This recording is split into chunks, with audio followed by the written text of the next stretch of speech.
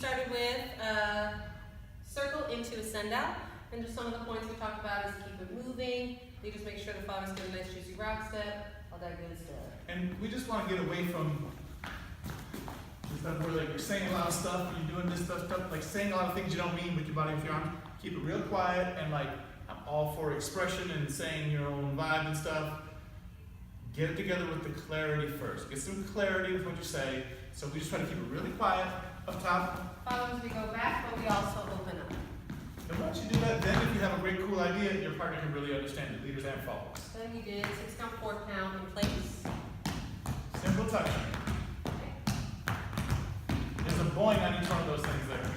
We go boing, boing, and we turn to 4 counts. Boing, boing. It's faster. Then we did cuddle. In 6 counts. Come out with it. 6. In 1 counts. Main thing that we found is that on that first rock step, most of us are taking that rock step for granted every time on our basic. So we're going out without any feeling, and we're going to have some feeling, even when we do a normal cuddle, some feeling has to be there. And then when we want a fast thing, it can happen. But when we use that feeling to speed it up. But you'll work on that neck. Hey!